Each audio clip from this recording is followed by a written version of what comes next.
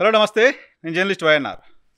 తెలంగాణలో కాంగ్రెస్ పార్టీ 10 ఏళ్ల తర్వాత అధికారంలోకి వచ్చింది. ఈ 10 ఏళ్ల కాలంలో కాంగ్రెస్ పార్టీ గొంతుకలుగా ఉన్న, కాంగ్రెస్ పార్టీ ఫైర్ బ్రాండ్గా ఉన్న అద్దంకి దయాకర్ గారు ప్రస్తుతం మనతో పాటు పాడ్కాస్ట్లో జాయిన్ అవుతున్నారు. కాంగ్రెస్ పార్టీలో పదవుల పందేరం జరిగిన ప్రతిసారి అద్దంకి దయాకర్ పేరు ఏమన్నా కనపడుతుందేమని చూస్తూ ఉంటాం. అక్కడ కనపడట్లేదు. అనూహ్యంగా ఆయన టికెట్ కూడా మిస్ అయ్యారు. 2 ఎన్నికల్లో ఓటమి పాలైనప్పటికీ 2 ఎన్నికల్లో ఓటమి కూడా మిస్టరీగానే ఇప్పటికీ కనపడుతూ ఉంటుంది. సో అద్దంకి దయాకర్ భవిష్యత్ ఏంటి, అద్దంకి దయాకర్ సినిమాలు కూడా యాక్ట్ చేస్తున్నారు ఏదో చూద్దాం, ఆయనతో మాట్లాడదాం. దయాకర్ గారు నమస్తే, వెల్కమ్ టు. నరసింహరావు గారు నమస్తే. ఇప్పుడు ఏంటి, లీడర్ అనాలనా, హీరో అనాలనా, ఏంటి పొలిటికల్ లీడరా లేకపోతే హీరోనా? జనరల్గా అద్దంకి దయాకర్ అనేది బెటర్. అద్దంకి దయాకరే బెటర్. సిటీ లీడర్ అనే దానికంటే కూడా పొలిటీషియన్ కంటే, యాక్టర్ కంటే కూడా సామాజిక ఉద్యమకారుడుగానే ఎక్కువ గుర్తున్నాడు, ఎక్కువ రిజిస్టర్ అయ్యాడు. మామూలుగా అందరు కూడా ఉద్యమకారుడిగా గుర్తిస్తారు. కాకపోతే కాంగ్రెస్ పార్టీలోకి వచ్చినాక ఫేస్ కొంచెం మూడు రంగుల వైపు మళ్ళీంది. బట్ ఆ ఉద్యమ స్పిరిట్ కొంత కాంగ్రెస్ పార్టీతో పనిచేయడం వల్ల ఒక సిన్సియర్ పొలిటికల్ లీడర్గా అయితే ఒక గుర్తింపు వచ్చింది. ఉద్యమకారుడిగా ఉన్నారు కాబట్టి సీరియస్నెస్ ఉంటుంది, ఇమీడియట్గా సీరియస్నెస్. తర్వాత కొంచెం కమిట్మెంట్ కూడా. మామూలుగా ఎవరు టికెట్ ఇవ్వకపోతేనో, రాజకీయ అవకాశాలు లేకపోతేనో మారుతున్నారు, గెలిచినా మారుతున్నారు. ఆ పరిస్థితిలో ఓడినా ఉన్నాం, పార్టీ టికెట్ ఇవ్వకుండా ఉన్నాం, పార్టీ గెలిచినా పదవి లేకుండా ఉన్నాం. సో ఇది ఉద్యమాలు చేసినట్టే ఉంది, నాకు ఉద్యమం చేసినట్టే ఉంది. సో నా నేచర్ కూడా ఉద్యమ నేపథ్యమే కాబట్టి సో డిఫరెంట్ పొలిటికల్ లీడర్ కనపడతా. దయాకర్ గారు ఎందుకంటే నేను అన్నాను పిలుస్తాను గారు. మీరు తెలంగాణలో కొట్లాడే వాళ్ళని తెలంగాణ సమాజం వదులుకోదు, క్యారీ చేస్తూ ఉంటుంది, వాళ్ళకి ఏదో సందర్భాలు అవకాశాలు ఇస్తూ ఉంటుంది. మనం రీసెంట్గా చూస్తే రఘునందన్ గారు కావచ్చు, తెలంగాణకు సంబంధించి ఈటెల రాజేందర్ గారి విషయంలో కావచ్చు, తెలంగాణ సమాజం వాళ్ళని అట్టుపెట్టుకుంది, వాళ్ళని గెలిపించుకుంది. మీ విషయంలో ఎందుకు అది జరగట్లేదు? అంటే కారణం చెప్పలేను, కానీ మీతో రాజకీయాల్లో మొదటి నుంచి కూడా పోరాటమే. 14 టికెట్ పోరాటమే. టికెట్ రావడానికి పోరాటం చేశారు. పోరాటం అంటే ఏంది, నేనేం పెద్దగా ల్యాబ్ ఇదంతా ఏం చేయను కదా. సో ఇప్పుడు మనకు అమరుడైన మన డిఎస్ గారు, డి శ్రీనివాస్ గారు, సోనియా గాంధీ గారు అప్పుడు ఇన్వైట్ చేసిండ్రు. మనం జేఏసీ కేసీఆర్ గారి కంటే ముందు మేము కలిసినాం కదా. అరే మంచిగా చిన్నగా ఉన్నావు, రాజకీయాలు ఆప్షన్ పెట్టుకో, నేను అవకాశాలు ఇప్పిస్తా అని చెప్పి ఆమె అన్నది. అందరినీ రమ్మన్నది. కోదండరామ్ గారిని కూడా మీరు కాంగ్రెస్ పార్టీతో ఉండమని అన్నది. సరే కేసీఆర్ కూడా విలీనం చేస్తానని అన్నాడు. సో అన్నప్పుడు నేను అవకాశం ఇస్తే చూద్దాం అన్నట్టుగా వస్తామా అని చెప్పినాం అప్పుడు అందరం. తర్వాత దిగ్విజయ్ సింగ్ గారితో స్పెషల్గా అయినప్పుడు ఏంటి మనకి ఇన్ఛార్జ్ ఉండే, అవును, మీలో ఎవరో రాజకీయాల్లోకి వస్తా అని చెప్పిండట, వాళ్ళందరి పేర్లు రాసి నాకు ఇస్తే మేము ఎక్కడ అకామిడేట్ చేయొచ్చు అనేది అని మళ్ళీ లేక్ వ్యూ గెస్ట్ హౌస్లో ఒక మీటింగ్ పిలిచిండు ఆయన. అప్పుడు కేసీఆర్ కొంత ఫీల్ అయ్యిండు. ఆయనేం పార్టీ విలీనం చేస్తా అని పోయి ఢిల్లీలో కూర్చుండు సాగరహారం అప్పుడు.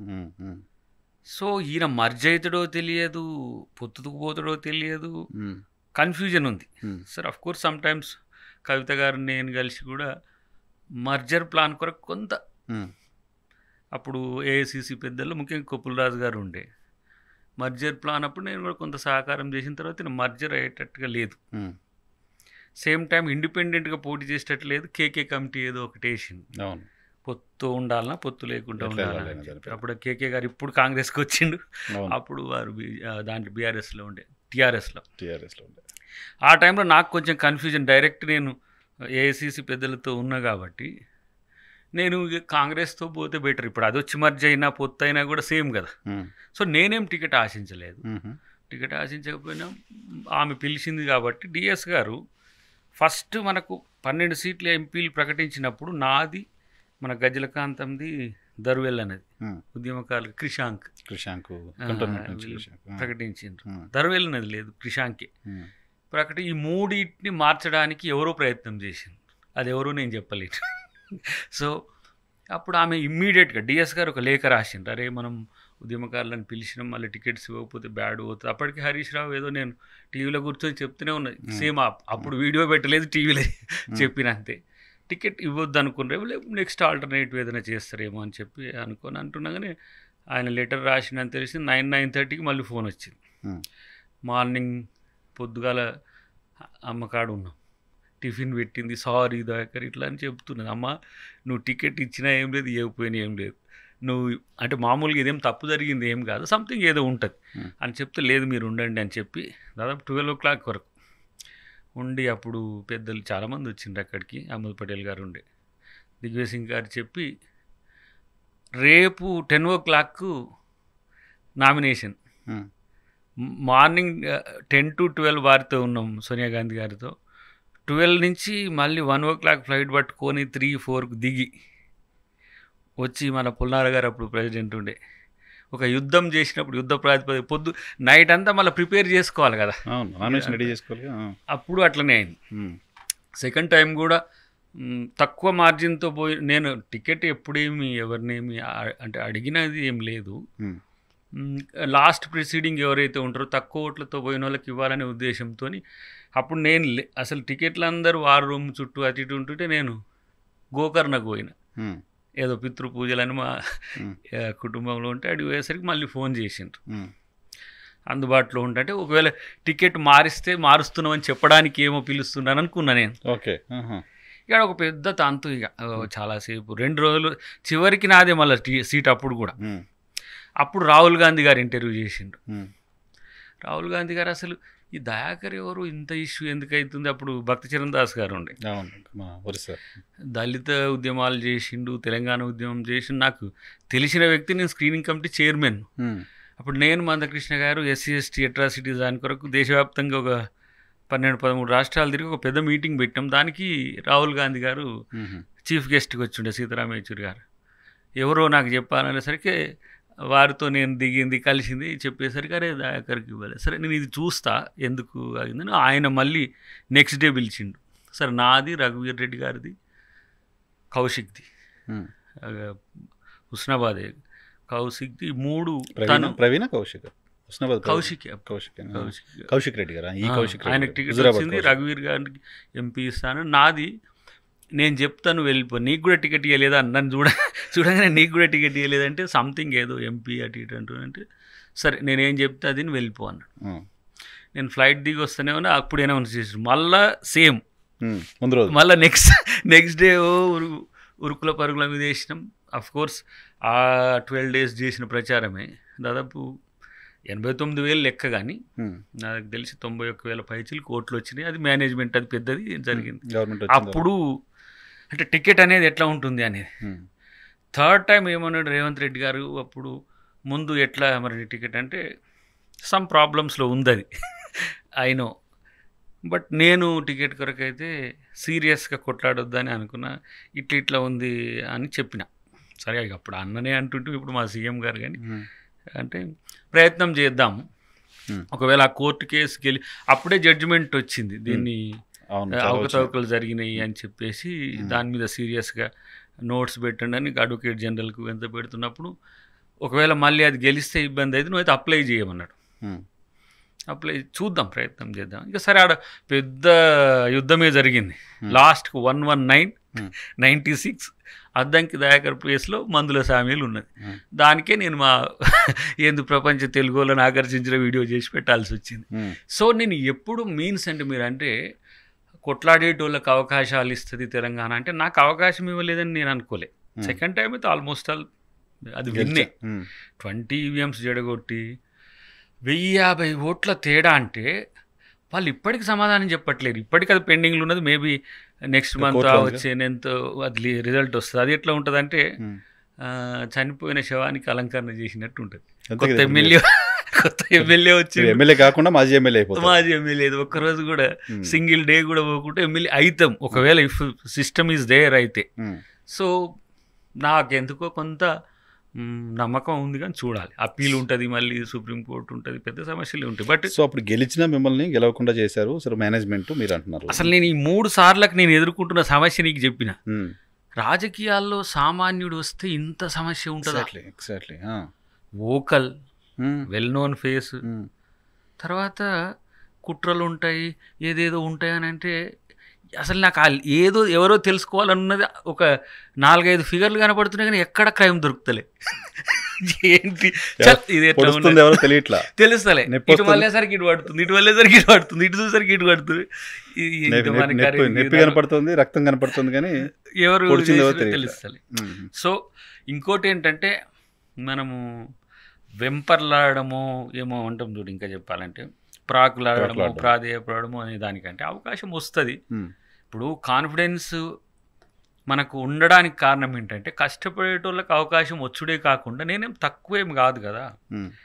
నేను లీడర్గా కాంగ్రెస్ పార్టీకి వచ్చిన, చాలామంది కాంగ్రెస్ పార్టీకి వచ్చి లీడర్లు అవుతారు. దయాకర్ అంటే లీడర్ అయినప్పుడు తెలియని వాళ్ళు కూడా ఇప్పుడు పెద్ద పెద్ద పదవుల్లో ఉంటారు. అది వాళ్ళకి కలిసి వచ్చింది అనుకుందాం, అది కూడా పాజిటివే. రేపటి రోజు మనదేం. కానీ ఇప్పుడు మీరు చెప్పిన 3 ఇష్యూస్ 14 కావచ్చు, 18 కావచ్చు, 23 కావచ్చు, ఈ 3 సందర్భాల్లో మీరు ఫైట్ చేసింది మీ పార్టీతోటే. మా పార్టీతో సమ్టైమ్స్ XYZ కూడా ఉన్నారు, వేరే పార్టీ వాళ్ళు కూడా ఉన్నారా? ఈ పార్టీలో ఇన్ఫ్లుయెన్స్ చేస్తారు మీకు టికెట్ రావడం కూడా, మీరు గెలవకుండా టికెట్ రాకుండా ఇచ్చి అక్కడ చేసి వచ్చిన వాళ్ళు కూడా ఉన్నారు, వేరే పార్టీ వాళ్ళు. సో అలా వేరే పార్టీ వాళ్ళు చెప్తే కాంగ్రెస్ పార్టీ ఇన్ఫ్లుయెన్స్ అయ్యే పరిస్థితిలో కూడా వ్యక్తులు ఉంటారు కదా పార్టీ కంటే కూడా. వ్యక్తుల వ్యతిరేకత, వ్యక్తుల ఏమంటాం అవినీతి కూడా కొన్ని కొన్ని సందర్భాల్లో ఉంటుంది. బట్ నేనుగా చాలామంది అంటారు, దయాకర్ నీకు ఇంత అన్యాయం జరుగుతుంది కదా, ఎందుకు నీకు అసలు ఇంత కూడా ఫీలింగ్? అన్యాయం ఏంటి? నేను చిన్నతనంలో అఫ్కోర్స్ 34-35 ఇయర్స్లో ఐఎమ్ ది ప్రిన్స్. మేము తెలంగాణ పల్లెకు పోతే మమ్మల్ని ఆహ్వానించిన తీరు కోదండరామ్ గారితో కానీ, అఫ్కోర్స్ సమ్టైమ్స్ కేసీఆర్ గారితో కానీ మేము చూసినాం కదా. గంతకంటే ఎక్కువ నీకేమి ఖ్యాతి వచ్చిన అగౌరవం కంటే అది లైఫ్ లాంగ్. కాబట్టి ఇదంతా ఎడిషనల్. నాకు దీంట్లో ఏదైనా వచ్చింది అనుకోండి, ఇప్పుడు మా ముఖ్యమంత్రి గారు ఏదో దయాకర్ కూడా కొంచెం పని చేసి నాకు పదవి ఇచ్చింది అనుకోండి, అది అదనం. కానీ తెలంగాణ ఉద్యమంలో నేనున్నాను, ఉద్యమం కోసం నేను పనిచేశాను, రాష్ట్రం కోసం నేను పనిచేశాను అనేది ఎక్కువ కీర్తి. ఇప్పుడు అది అనేది మనోళ్ళు ఇట్లా మిత్రులే చేస్తున్నది, రికార్డ్ కూడా చేస్తారు, ఒక బుక్ కూడా రాస్తే. ఏంటంటే నా కోణం నుంచి నేను అన్ని యాంగిల్స్లో, ఇప్పుడు మన మిలియన్ మార్చ్, సాగరహారం, తర్వాత సకల జనుల సమ్మె, నేను చాలా మందికి చెప్పిన మీ కోణం నుంచి ఉద్యమాన్ని రచించుకోండి అట్లా. ఇప్పుడు every angle is there. So అది ఒక జీవిత కాలానికి సరిపడే ఉద్యమం జస్ట్ 2009 to 2014 చేసినాం మనం. దాంట్లో జర్నలిస్టుల పాత్ర కూడా ఉంది. జర్నలిస్టులు ఏం చేసిండ్రు, మీరు టీవీలలో పని చేసుకుంటే ఏం చేసిండ్రు, మేము ఎట్లా గోడలు దునికినాము, దానికి మీడియా ఎట్లా సహకరించింది, ఏ సందర్భాలు, అవన్నీ కూడా ఒక హిస్టరీగా ఉంటుంది. But Telangana movement after independent movement తర్వాత అంత ఒక థ్రిల్లింగ్, ఒక క్రైమ్ సస్పెన్స్ లెక్క ఉన్నది. నేను ఇప్పుడు అది చెప్తుంటే నాకే మన రికార్డ్ చేసే పిల్లలంటే అమ్మా ఇంత జరిగిందా అన్న అని. సో అది ఒకటి ఏంటంటే ఒక సాటిస్ఫాక్షన్. బట్ నేను ఇప్పుడు 10 years తర్వాత సోనియా గాంధీ గారు ఇవ్వలేదు, 2014 తర్వాత తెలంగాణ ఇవ్వలేదు. అదే జబ్బకు సంచి కదా, అంతేగా తెలంగాణ వచ్చేంత వరకు. ఎందుకంటే అది వాస్తవానికి నేను ఎప్పుడు వస్తుందో ఏంటో తెలియకుండా మొదలుపెట్టింది కదా తెలంగాణ ఉద్యమకారుణ్య అంటే. అఫ్ కోర్స్ బట్ స్పెసిఫిక్ కాదు. మొదట్లో నేను మాల్మానాడు జనరల్ సెక్రటరీగా ఉంటుంది, ఉమ్మడి ఆంధ్రప్రదేశ్లో అన్ని ప్రాంతాలు తిరుగుతుంటే. తెలంగాణ మూమెంట్ జరిగే క్రమంలో గద్దర్ గారు, మన మల్లురవి గారు కావచ్చు, మన గీతారెడ్డి గారు కావచ్చు, కొంతమంది సమ్టైమ్స్ దండోరా మిత్రులు కూడా తెలంగాణ కొరకు వ్యవస్థీకృత సంఘం ఉంటే మంచిది మాలలకు అని చెప్పినప్పుడు నేను తెలంగాణ మాలమాన్ని ఏర్పాటు చేసిన. అట్లా కొండ లక్ష్మణ్ బాపూజీ గారు, తర్వాత మన హనుమాన్లు భూమయ్య గారు, పాషం యాదగిరి గారు, వీళ్ళతో ఐక్యకార్యాచరణ కమిటీ ఉండే ముందు ఫస్ట్. తర్వాత మందకృష్ణ గారు వచ్చిన తర్వాత, అప్పటి వరకు తెలంగాణ ఆర్ కృష్ణ గారు, మందకృష్ణ గారు కొంత ఏడపేడంగా ఉండే. జేఏసీ ఏర్పాటు కంటే ముందు మందకృష్ణ గారు నన్ను పిలిచిండ్రు. కేసీఆర్ కొట్లాడుతా అంటున్నాడు, దళితున్న ముఖ్యమంత్రి చేస్తా అంటున్నాడు, మరి మనం కూడా తనకు సపోర్ట్ చేస్తే మంచిది కదా రచన అని చెప్పిండు. అంటే సరే, అప్పుడు నేను లక్ష్మణ్ బాపూజీ గారితో ఉంటుంటే దాంట్లో తెలంగాణ రాష్ట్ర సాధన సంయుక్త వేదిక అని ఆయన ఏర్పాటు చేసిండు. వారు కేశవరావు జాదవ్ గారు, వారి చైర్మన్, వీళ్ళు కన్వీనర్ అయినప్పుడు నన్ను స్పోక్స్ పర్సన్గా తీసుకున్నారు అప్పుడు కూడా. సో జాదవ్ గారికి వారికి కొంత ఏమంటారు తకరారు వచ్చి వారిద్దరి మధ్య ధర్మాగ్రహమే ఉంటుంది. సో కొన్ని అంశాల్లో వీరేమో సోషలిస్ట్, వారేమో కాంగ్రెస్ నేపథ్యం. అప్పుడప్పుడు వారి మధ్యన సమన్వయం కొరకు ప్రయత్నం చేసి ఫెయిల్ అయ్యేటోళ్ళము. సరే, అది కోదండరామ్ గారి మధ్యన కేసీఆర్ గారి మధ్యన జరిగినప్పుడు కూడా చేసి సక్సెస్ అయినాం అప్పుడు. సో విడిపోయినాక నన్ను కన్వీనర్ చేసిండు. ఏదో ఈయన పెద్ద, ఆయన కొంచెం మోరల్గా ఉన్నాడు, కొంచెం మన మైండ్కి దగ్గర ఉంటుంది అంటే లేదు లేదు మనం ప్లాన్ చేద్దాం రమ్మని చెప్పి తీసుకొచ్చింది. అప్పుడు అట్లా చేసుకొచ్చిన నేను, నాకు కేసీఆర్తో పరిచయం. పాయింట్ ఏంటంటే ఇప్పుడు సరే మీరు 5 ఏళ్ళ ఉద్యమం గుర్తుంది మీకు, 5 ఏళ్ళు తెలంగాణ కోసం కొట్లాడిన ఉద్యమం వీళ్ళతో జాయింట్ యాక్షన్ 9 to 14 గుర్తుంది. బట్ 14 నుంచి 23 వరకు మీరు కాంగ్రెస్ పార్టీ కోసం అదే స్థాయిలో పోరాటం. అంతే. ఇప్పుడు మనం ఎట్లా అంటే దాన్ని ఎట్లా పోల్చితే బాగుంటుంది, మనం అమ్మ కోసం ఎంత సిన్సియర్గా చెప్తామో చేస్తామో తెలంగాణ కొరకు అట్నే చేసినాం, సేమ్ కాంగ్రెస్ కొరకు కూడా అట్నే చేసినాం. అది కూడా సోనియమ్మ కోసం. ఎందుకంటే ఎందుకో సంథింగ్ కనెక్టెడ్. మొదట్లో కొంచెం తిట్టేటోళ్ళం, ఏంది ఇంతమంది అమరవీరులు అయినరు పట్టించుకోవట్లే అంతా. ఢిల్లీలో 17 days ఉన్నాం కదా, ఆ టైంలో వాళ్ళ ఏంది సుష్మా స్వరాజ్ గారు కానీ సోనియా గాంధీ గారు కానీ మీరా కుమార్ వీళ్ళ మధ్య ఇలా చేసి ఒకటి ఉన్నది వేరే. అంటే పిల్లలు చచ్చిపోతున్నారు, వీళ్ళని బతికించుకోవాలి ఎట్లా. సుష్మా స్వరాజ్ గారు అప్పుడప్పుడు సీక్రెట్గా నేరుగానో సోనియా గాంధీ గారిని కలిచేదనేది కూడా మాకు సమాచారం ఉండేది. అవుట్ ఆఫ్ ద బాక్స్ ఆమె తెలంగాణకు సపోర్ట్ చేశారు. వీళ్ళిద్దరూ ఆమె బీజేపీ ఈమె కాంగ్రెస్ అనే దానికంటే వాళ్ళిద్దరు ఇంటర్నల్గా ఒక అండర్స్టాండింగ్తో ఉండేది. సో ఆ టైంలో సోనియా గాంధీ గారి మీద నాకు ఒక అభిప్రాయం ఉండేది పోయింది. ఎందుకంటే ఈమె ఇవ్వలేక రాజకీయాలు చేస్తుంది అనేది మనం గ్రౌండ్లో కొంత తెలిసినది. ఇంతమంది పిల్లలు చనిపోతుంటే తెలుస్తలేదా అంటే ఇవ్వడానికి ఆమెకున్న సమస్యలు చాలా ఉన్నాయి. అది యూపీఏ భాగస్వామ్య పక్షాలు కావచ్చు, something politics is there. So ఆ టైంలో ఓహో ఇంత సిన్సియర్గా తెలంగాణ ఇవ్వడానికి కొట్లాడే రాజకీయ నాయకత్వం ఉంది, అవి మన మైండ్ సెట్తోనే ఉంది. మళ్ళీ ఇంకో కనెక్టివిటీ ఏంటంటే వాళ్ళు they are the protectors of the constitution. So నేను కొంచెం అంబేద్కరిస్ట్ను, పూలే అంబేద్కర్ ఐడియాలజీతో కలిగి ఉన్నవాడిని కాబట్టి నేచురల్గా అది ఏమంటారు ఇన్బిల్ట్ ఉంటుంది, అది that is your ideology basic. So వాళ్ళు కాంగ్రెస్ విచారధారతో అయితే ఏంటి, they are the protectors of the Indian democracy and constitution అనే ఉద్దేశంతో కూడా అంత చిన్నతనంలో కొంత సోయితోనే ఉండి అట్లా కనెక్ట్ అయినా. తర్వాత నాకు టికెట్ ఇచ్చేటప్పుడు ఆమె మాకు టిఫిన్ పెట్టుకుంటూ సోనియా గాంధీ గారు ఏదో కొంచెం మిస్టేక్ అయింది, ఏం కాదు నేను చూస్తా మీరు కామ్గా ఉండండి అని చెప్తుంది. మనం టికెట్ ఇచ్చినాం లేవు మేము ఇట్లనే అన్నాం, మీరు మా మీద బ్లెస్ చేస్తే చాలు మేము పోయి కొట్లాడతాం, రేపు పవర్లోకి వచ్చినాక ఏదైనా ఇస్తారులే అమ్మ అంటే లేదు లేదు లేదు ఇది తప్పు సంకేతం పోద్దని చెప్పి ఆమె కన్సోల్ చేసిన తీరు. సరే అఫ్ కోర్స్ అప్పుడు మన వాళ్ళు కూడా ఉన్నారు, జేఏసీ వాళ్ళు కూడా ఉండే, యూపీఏ చైర్పర్సన్, అప్పుడు యూపీఏ చైర్పర్సన్. ఎంత నైట్ 9:30కి ఫోన్ చేసింది అప్పుడు సంథింగ్ శ్రీధర్ బాబు గారు వీళ్ళంతా కూడా కొంత చేస్తే ఆమె తెల్లారి 10 o'clock ఇక్కడ ఉండాలని చెప్పింది. అంటే 12 hours ఆడ ఉన్నాం. టికెట్ ఒకసారి అనౌన్స్ అయినాక మార్చేది ఉండదు 11th hour, అది కూడా అది మార్చినందుకు అట్లా కనెక్టివిటీ. అరే కాంగ్రెస్ పార్టీ కొరకు చేయొచ్చు, సోనియా గాంధీ గారు ఉన్నారు కాబట్టి ఇంకెక్కువ చేయొచ్చు అని. సీన్ కట్ చేస్తే 14 elections తర్వాత నేను దాసు శ్రవణ్ గారు రాహుల్ గాంధీ గారిని కలిసినాం. తను ఆ రోజే లోక్సభకు పోయి వచ్చిండు, చాలా ఫైర్ అయ్యి వచ్చిండు. ఫస్ట్ టైం నాకు తెలిసి ఆయన మామూలుగా ఫైర్ కావడం అనేది చూడలేదు. పోయింటే చాలాసేపు ఒక 18 to 20 minutes 5 minutes కొరకని ఇచ్చిన టైం.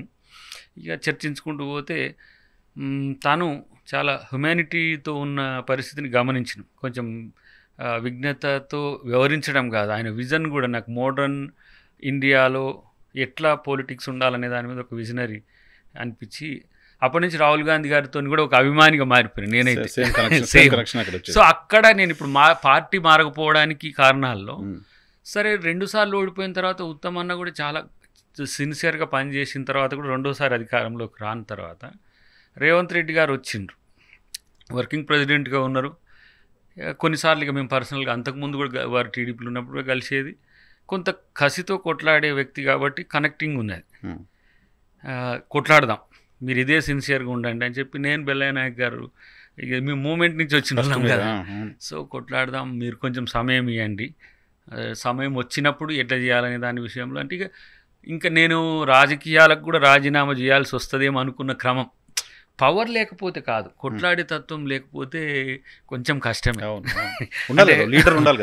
అంటే కొట్లాడే తత్వం అంటే ఏంటి, ఉత్తమ్ గారిది ధర్మాగ్రహం టైప్ ఉంటుంది, రాజనీతి కూడా ఉంటాడు ఆయన. ఏది టిట్ ఫర్ టాట్ లెక్క మన ఏంది మన కేసీఆర్ గారు అన్నట్టుగా ఆయన అన్నాడు. ఓ రోజు దాన్ని కూడా ఒకసారి జోక్ చెప్తా, ఆయన ఏదో అక్కడికి పోయి వచ్చిండు మనోడు, మహారాష్ట్రకు పోయి వచ్చిండు. ఇది వచ్చిన రోజు పార్టీ విస్తరణ కోసం ఏదో ప్రెస్ మీట్ పెట్టాలి, ఇట్లనే వచ్చింది లంబుగాడోడు డుంబుగాడు అని అని అంటాడు కదా. అనగానే మరి లంబుగాడేవాడు డుంబుగాడేవాడు, లంబుగాడే అనాలి డుంబుగాడే తిట్టాలంటే లంబుగాడు అంటే నువ్వా, డుంబు అంటే ఇట్లా అంటే వాళ్ళు ఎంత ఏమంటారు ఎథికల్గా నేను తిట్టా, కేసీఆర్ తిట్టిండని నేను తిట్టా అని అంటే అంత సామరస్యపూర్వకంగా ఉండేది. కానీ రేవంత్ రెడ్డి గారు వచ్చిన తర్వాత ఏంది లంబు డుంబు అంటే ఈయన డింబు డంబు వచ్చే అట్లా కొంత కాన్ఫిడెన్స్ని క్రియేట్ చేసింది. అంటే మోడ్ ఆఫ్ ది పాలిటిక్స్ ఎట్లా ఉంటే దానికి అట్లా చేయడం వల్ల కొంత రేవంత్ రెడ్డి గారికి ఎక్కువ యాక్సెప్టెన్స్ వచ్చింది.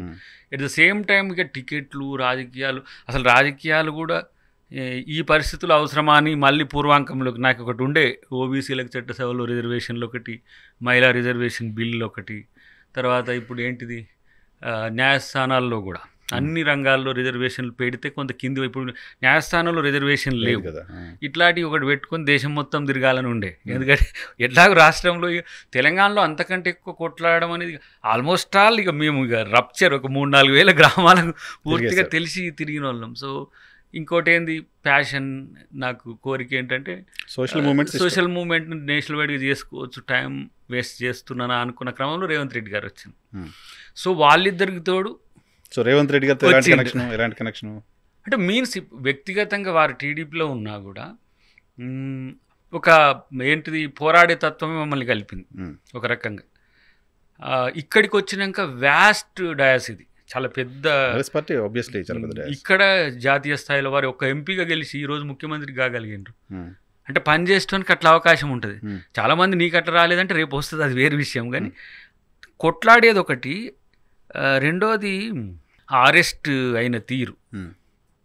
ఆ రోజు పాప నిశ్చితార్థం రోజు చేసిన తీరు అంటే ఒకవేళ జరిగితే జరగవచ్చు, ఏదైనా అయితే కావచ్చు. రాజకీయాల్లో ఇక నేను మాత్రమే నిజాయితీ పరుడని ఎవరు గాక, కానీ అది కూడా ఉన్నది. తర్వాత తను ఇక్కడ కూడా తగ్గలే, మన ఆలోచనలు తన ఆలోచనలు దగ్గరగానే ఉంటుండే, కార్యాచరణలో చాలా డిఫరెంట్ ఉంటుంది. సేమ్ ఆలోచించిన ఆలోచనను కార్యాచరణకు తీసుకుపోవడంలో చాలా తెగింపు ఉంటుంది. కాబట్టి ఎస్ తనను సరే నాకు అందరూ ఉత్తమ్ గారైనా భట్టి గారైనా దామన్ అయితే ఆల్మోస్ట్ అలాగే జస్ట్ లైక్ చోటా బ్రదర్ అన్నట్టుగా ఉంటా, సమ్ టైమ్స్ సన్ లెక్క ఉంటా. బట్ దామన కూడా అన్నాడు రేవంత్ వస్తే మంచిగా ఉంటుంది. ఎందుకంటే ఒక డైలాగ్ వేసిండు ఆయన, అప్పుడు కొంత వివాదాస్పదమైంది. రాయలసీమలో రెడ్లు ఒకసారికి అధికారం తెచ్చుకున్నారు, మన ప్రాంతంలో ఎందుకు తెచ్చుకోవట్లేరు అని ఒక డైలాగ్ వేస్తుంది, కొంత వివాదాస్పదమైనది. సో అలాంటప్పుడు ఒక యంగ్ రెడ్డి సోషల్ కాన్సెప్ట్ ఉన్న వాళ్ళు ఎవరు ఉంటే బాగుంటుంది అనుకున్నప్పుడు తనతో కనెక్టింగ్లో ఉండేటోళ్ళం. కానీ కాంగ్రెస్ పార్టీలకు తను వస్తాడు, మేము కలుస్తాము, ఇట్లా కలిసి పనిచేస్తామని అనుకోకుండా వచ్చిన తర్వాత ఒక కాన్ఫిడెన్స్ పెరిగింది. సో ఇక దానికి హద్దే లేకుండా రెచ్చిపోయిన సంఘటనలు.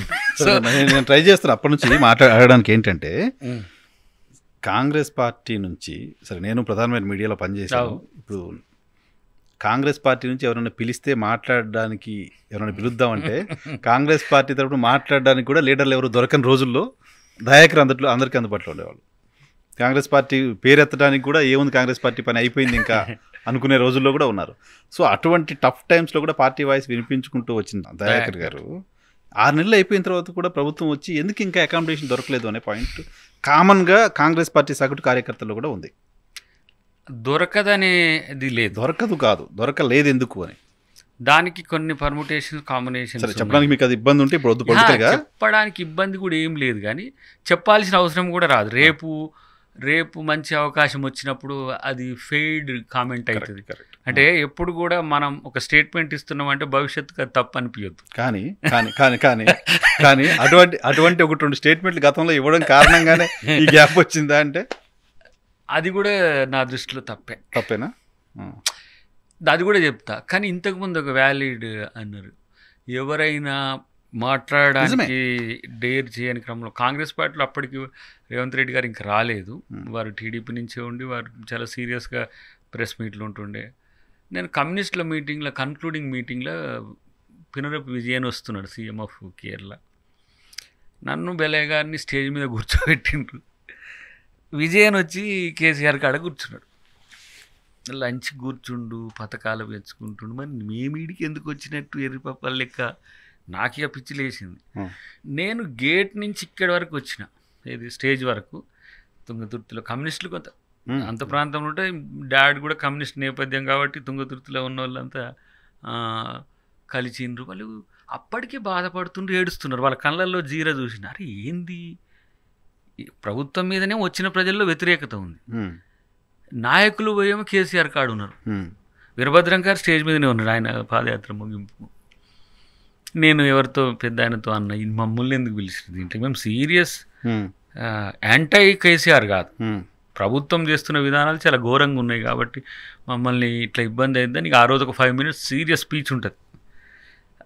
అది చాలామందిలో ఒక ఇన్స్పిరేషన్ టైప్ ఉన్నది. కేసీఆర్ని కూడా ఇట్లా అనొచ్చా, కేసీఆర్ అనేటోడే అందరిని అంటుంటాడు మామూలుగా, ఇట్లా అనొచ్చా అని అన్నాడు. అన్న తర్వాత మనోడు మన మురళి ఉండే, మన TV9 మురళీకృష్ణ, ఆయన రోషయ్య గారి చర్చ చెప్పి నాకు, గాంధీ భవన్లో పార్టీ ఓడిపోయినప్పుడు రోషయ్య గారు, ఒకళ్ళిద్దరు రిపోర్టర్లు, ఒక కుక్క ఉండేదట. అంతే కదా, 94 నుంచి 2009 వరకు, 99 తర్వాత కూడా చాలా రోజులు అలా. అప్పుడు నుంచి ఆయన అసలు దేని మీదనైనా చంద్రబాబు గారి మీద ఒంటి కాళ్ళ మీద లేసుకుంటేనే, అంటే ధర్మాగ్రహం ఆయనది కూడా, ఆవేశం మీద సీరియస్గా ఉంటాడు కానీ ఆయనది ప్రజలకు జరిగే నష్టాన్ని. రోషయ్య గారు అట్లా ఉండేది, దయాకర్ అట్లా ఉంటున్నావు, అట్లనే ఉండాలి అని అంటుండే. మాట్లాడుతుంటే అఫ్కోర్స్ జనం నుంచి కూడా వ్యతిరేకత రాకపోయేది. 1-2 సార్లు టీఆర్ఎస్ మిత్రులు వ్యతిరేక ప్రెస్ మీట్లు పెట్టడానికి ఒక ప్రయత్నం చేసిండ్రు, మరి ఎందుకు ఆగిండ్రో తెలియదు. నన్ను ఇప్పటివరకు నా మీద కౌంటర్లు ఉండవు. మరి అదే దయాకర్ మంచోడే కానీ పాపం కాంగ్రెస్ పార్టీ పని అయిపోయింది అని చూపిస్తుండేది. అఫ్ కోర్స్ మమ్మల్ని ఎక్స్పోజ్ చేసిన నమస్తే తెలంగాణ లాంటి పత్రికను కూడా గుమస్తా తెలంగాణ అని చేయాల్సి వచ్చింది. టీ-న్యూస్ ఎప్పుడు మా ఫేస్ చూపించిన దాన్ని కూడా. ప్రభుత్వం వచ్చిన తర్వాత చాలామంది కమ్యూనిస్ట్ యోధులు చెప్తుండేవారు, పాలక వర్గాన్ని దృష్టికోణమే వేరుంటుంది, పరిపాలనకు వచ్చినాక మనుషుల యొక్క తీరు మారుతుంది, అది వ్యక్తిగానైనా వ్యవస్థగానైనా అని అన్నది నేను చూసిన. కేసీఆర్ని చాలా దగ్గరగా, అంటే అతి దగ్గరగా, అంటే ఇక మేము కలిసి తిన్న రోజులు ఉన్నాయి, కలిసి కొట్లాడుకున్న రోజులు ఉన్నాయి ఇంటర్నల్గా. సో పార్టీ టీఆర్ఎస్ కాకపోయినా ఆ సాన్నిధ్యం ఉంది, అంత సాన్నిధ్యం కుటుంబంతో ఉంది, వాళ్ళతో ఉంది. కానీ వాళ్ళ కుటుంబ సభ్యులు కూడా ఫోన్ చేసి, దయాకర్ నువ్వేనా బాబుని ఇట్లా అని అంటుండే సమ్ టైమ్స్. ఇప్పుడు వ్యక్తిగతంగా కేసీఆర్ గారికి నాకేం గట్టి పంచాయతీ లేదు, ఏ పంచాయతీ లేదు ఇప్పటికి కూడా. నేను ఇంతవరకు తారసపడలేదు ఎక్కడైనా, కలిసినా కూడా నాయనేం వ్యతిరేకించేటట్టుండో, నేను ఆయనేం వ్యతిరేకించే పరిస్థితి. కానీ విధానాల మీద ఉండే కోపం మాత్రం నాలో అపరిచితుడు అప్పుడప్పుడు లేచి తనని అంటుండే, దాన్ని అప్పుడప్పుడు భరించేవాడేమో. బట్ నేను అంతలా మాట్లాడుతున్న క్రమంలో రేవంత్ గారు జాయిన్ అయిన తర్వాత చాలా రిస్క్ తప్పింది నాకు. ఇక మిగతా ఫోకస్ అటు డైవర్ట్ అయిపోయింది. అంటే ఇప్పుడు యుద్ధం చేయాలంటే ఆయం జాలాలి కదా. ఇప్పుడు మా డాడీకి వెనకటికి తుపాకీ, తెలంగాణ సాయుధ పోరాటంలో తుపాకీ ఏమనిపోతే మా డాడీ రివర్టర్ లెక్క బక్కగుండేట. ఇప్పుడు ఫోర్స్ ఇటు పోతే మళ్ళీ వెనకకి ఇట్లా వస్తుంది కదా, మరి అంత గుండె ఉండాలనేది అది. అయితే నువ్వు గుత్ప బ్యాచ్లో ఉండు రావచ్చు అన్నారు. అంటే ఇక గుత్ప నాకు నచ్చదు పటేల, మన బిఎన్ రెడ్డి గారు అంటే తుపాకి ఉండాలని. అప్పుడు నాకు ఖాయం సరిపోలే. అలాంటప్పుడు కొట్టగలిగినోడు వచ్చినప్పుడు మనం వీలైనంత సహకారం, తను మిగతా అంశాల్లో పర్ఫెక్షన్ ఉన్నప్పుడు, తర్వాత తను ఎమ్మెల్యేగా ఉన్నాడు, కొంత పోరాడిండు కేసీఆర్ అనే ఉద్దేశంతో ఇక మేము కొంచెం తగ్గినాం. కానీ పోరాడే విషయంలో ఇప్పటికీ నాకు అధికారంలో లేకపోయినా ఇప్పుడు పోరాటం లేదు నాది, ఇప్పుడు సమాధానమే. ఇప్పుడు నేను పవర్లో లేకపోయినా నేను పార్టీలో చేయాల్సి వస్తుందా అని పాయింట్ చెయ్యను. పార్టీ మనుషుల పైన కూడా గతంలో మీరు డైరెక్ట్గా అడుగుతున్నా, వెంకటరెడ్డి గారి గురించి మాట్లాడిన మాటలు నష్టం చేశాయా? నష్టం అంటే ఆయనకి ఇబ్బంది అయింది. ఈ మధ్య ఎక్కడ చూసా వెంకటరెడ్డి గారు మీరు కౌగులించుకోవడం, కలిసి మాట్లాడడం. అటు తర్వాత కూడా కలిసినాం, అప్పుడు అంత ప్రయారిటీ రాలే. అటు తర్వాత కూడా 2-3 సార్లు కలిసినాం. ఏదో ఫ్లోలో అన్నావు కానీ నువ్వు నన్ను అనవడం అనేది మంచిది కాదు అది అని చెప్పి. అంటే వెంకరెడ్డి గారు నేను కూడా ఉన్న తీరు సేమ్ కేసీఆర్ రేవంత్ రెడ్డి గారు ఉన్నట్టే ఉన్నారు కదా. చాలా దగ్గర, అంటే చాలా ఫస్ట్ ఎలక్షన్స్ తను నాకు ప్రచారానికి వచ్చిండు. అంతే కాకుండా ఫ్యామిలీతో కూడా, ఇప్పుడు వారి ఒక సోదరి మా కాన్స్టిట్యున్సీ బొడ్డుగూడెంలో ఉంటుంది. చాలా పార్లమెంట్ పోటీ చేసినప్పుడు మీ కాన్స్టిట్యున్సీ కదా, మా కాన్స్టిట్యున్సీ. తర్వాత తుంగతుర్తిలో వారి అక్క ఉంటుంది, ఇక మొన్న ఎక్కడో అంటే ఒక 2-3 నెలల క్రితం కలిసి ఇక అన్నది నువ్వు అన్నని ఇట్లా అనొచ్చు అది అని అంటే ఇక ఇన్నిసార్లు చెప్పి ఏం చేయమంటే అది చేస్తా అక్క అని చెప్పి అట్లా కూడా అంటే తప్పు జరిగిపోయినప్పుడు దాన్ని మనం రిజైండర్ ఇచ్చుకోడు. మిగతా దానికి దయాకర్ ఎప్పుడన్నా ఎక్కడన్నా సారీ చెప్పిండా లేదు.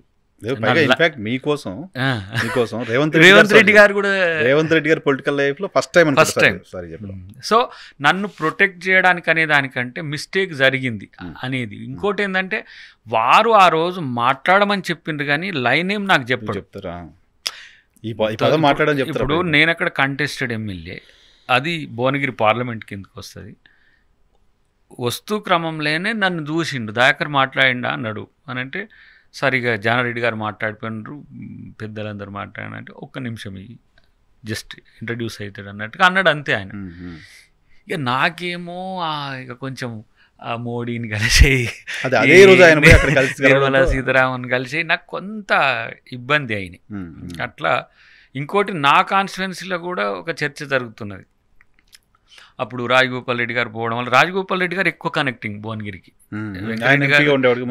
ముందు ఎంపీ ఉద్యమంలో, తర్వాత గ్రామాలతో సంబంధాలు ఉండేది రాజగోపాల్ రెడ్డి గారికి. సో ఆయన పోవడం వల్ల నా క్యాడర్ కూడా సమస్య వచ్చింది. నా క్యాడర్లో దామోదర్ రెడ్డి గారిది ఇది 50-50 ఉంటే దామోదర్ రెడ్డి గారి క్యాడర్ ఎటు పోరు, ఎందుకంటే ఇక వాళ్ళు స్టాంచ్ కాంగ్రెస్ ఉంటారు. సరే వీరు కొంచెం టిల్ట్ అయ్యేసరికి కార్యకర్తలు ఒక ఏమంటారు ఒక సందిగ్ధత వచ్చింది. నా కాన్స్టిట్యున్సీ తుంగతుర్తి అయినా భువనగిరిలో ఉన్న వీళ్ళిద్దరు అభిమానులు ఉంటారు ఆడ. వాళ్ళు కన్ఫ్యూజన్లు ఉన్నారు, సార్ ఇటు పోతుండు మేము ఎటు పోవాలి అన్న, నువ్వు కూడా బీజేపీకి పో అంటావు. అమ్మ నాకు టికెట్ రాకపోయినా నేను బీజేపీ పోలేను, ఏది సిద్ధాంతపరంగా సంథింగ్. బీజేపీ అంటే కూడా నాకేం పెద్ద కోపం లేదు, బీజేపీ ఒక రాజకీయ పార్టీ, దానికి ఒక ఐడియాలజీ ఉంది. నేను ఇంతకుముందు చెప్పిన ఉపోద్ఘాతం అంతా ఆ కనెక్టివిటీ ఇటు ఉన్నది కాబట్టి నేను పోలేను. సరే అఫ్ కోర్స్ అటు రమ్మని చాలామంది అడిగినా నేను రాలేను. అంటే మీకు సరే రాజగోపాల్ రెడ్డి గారు చాలా సహకరించిండ్రు, నీకు పోకపోతే మళ్ళీ రేపు ఎట్లా అని అంటే ఒకవేళ రాకపోతే టికెట్ రాదు అంతే కదా. కాంగ్రెస్ పార్టీలో అయితే కాంగ్రెస్ పార్టీ ఉంటుంది, కాంగ్రెస్ పార్టీలో నేనుంటా, కాకపోతే పోటీ చేసిన అభ్యర్థిగా ఉండొచ్చు. ఇప్పుడు ఏది కంటెస్టెడ్ ఎమ్మెల్యే కింద లేకపోయినా అద్దంకి దాకా బ్రాండ్ ఎట్లాగా ఉన్నది, అది ఎప్పుడు నడుస్తూనే ఉంటుంది, అట్లా ఉండని అనుకుని. అయితే వారిని అన్న తర్వాత కొంత కామన్ క్యాడర్లో కూడా కొంత డిఫరెంట్గా ఉంటుంది. చాలామంది మేధావులు కూడా ఆంధ్రప్రదేశ్ నుంచి, ఇండియాలోనే కాదు వరల్డ్లో ఉండే తెలుగు వాళ్ళు కూడా దయాకర్ నువ్వు ఇంతకంటే పరుషంగా ఇంతకంటే పదునుగా కూడా నీ భావాన్ని వెలిపుచ్చగలవు, కానీ ఈ భాష అవసరమా నీకని రా ఒక్క పదానికి. అవును అంటే అరే మీరు ఎప్పుడు యూజువల్గా అది మాట్లాడరు కాబట్టి అదొకటి హార్డ్ కింద అది ప్రజల నుంచి సేకరించిన పదమైంది. వాళ్ళు పిల్లలుండి తర్వాత నేనే అన్న అది అన్నది అంటే అరే నేను అన్నది నేను ఇప్పుడు ప్రాంప్ట్ ఇచ్చింది ఎవరైతే నాకేంది, నేను అక్కడికి ఆగిన, గ్యాప్ ఇచ్చి నా వర్డ్ వేరే, కానీ వాళ్ళు అంటున్న దాన్ని నేను సేకరించి తీసుకున్నట్టే అయిపోతుంది. అదొకటి. అది ఎప్పుడు నేను కూడా ఎవరికి సారీ చెప్పే పరిస్థితి ఉండదు. తర్వాత ఆయన పెద్దన్న లాంటి వాడు, ఫ్యామిలీ కనెక్టివిటీ నిజంగా చెప్పాలంటే అఫ్కోర్స్ వాళ్ళు రెడ్డి కావచ్చు, నేను దళిత్ కావచ్చు, కానీ ఏ రోజు నన్ను వేరుగా చూడలే. నేను దామన్నతో ఉన్నా, మా దామోదర్ రెడ్డి గారితో ఉన్నా, లేదంటే రేవంత్ రెడ్డి గారితో ఉన్నా కూడా ఏదో మా దయాకర్ మాతో ఉండాల్సింది అటు పోయింది అని ఫీల్ అయ్యేటోళ్ళు తప్పితే ఏ రోజు ఏందా మాకా ఎందుకు రాలేవు అనేటోళ్ళు కాదు. అలాంటి వాళ్ళని అనడం అనేది ఈ క్యాడర్ కూడా ఇప్పుడు మా కాన్స్టిట్యున్సీలో క్యాడర్ కూడా అది జీర్ణించుకోలేకపోయాను. సో అందుకు నేను మిస్టేక్ చేసిన అని మల్లురవి గారు అప్పుడు దయా నువ్వు అనాల్సింది కాదు అనేసినావు, వదిలే కానీ నా ఎంటబడ్డాడు అనుకో రాదు, సారీ లెటర్ రాపిచ్చి లిఖితపూర్వకంగా రాపిచ్చి, ఎందుకంటే నాకు కూడా నాకేం పెద్ద దాన్ని చెప్పడం ఏదో ఫాల్స్ ప్రిస్టేజ్కి పోయినట్టుగాను నాకేం పెద్దగా అనిపించలేదు. గౌరవం పెరుగుతుంది కదా, ఇంకా గౌరవం పెరగడంతో పాటు అనాల్సింది కాదు కూడా. ఫస్ట్ టైం నేను కూడా రేవంత్ రెడ్డి గారు నా కొరకు చెప్పినట్టు నా జీవితంలో కూడా నేను ఫస్ట్ టైం చెప్పిన. తర్వాత తను ఫీల్ అయింది నాకు తెలుసు. సో కలవడానికి ప్రయత్నం చేసి గద్దరన్న అరే పోదాంపా నువ్వు ఎట్లా అంటావు రా, నువ్వు తీసుకుపోయి నేను మాట్లాడతాపా అని ఉండే అన్న, వద్దు కొంచెం ఆయన పెద్ద ఆయన ఫీల్ అవుతున్నాడు అంటే సర్లే మేము కూడా ఎందుకంటే వెంకరెడ్డి గారిని నేనే గద్దర్ గారికి అడిగి తీసుకుపోయి ఎంపీ ఎలక్షన్స్ ముందు అక్కడ కూడా చేసింది కాబట్టి నువ్వు అనాల్సింది కాదు కానీ ఇక అయిపోయింది కానీ పోదాం పా అని అంటే ఇట్లా చాలామంది అన్నా కూడా ఆయన ఏంటి ఇప్పుడు మళ్ళీ న్యాచురల్గా ఉంటుంది. బెర్త్ దొరుకుతుందా? బెర్త్ అనే దానికంటే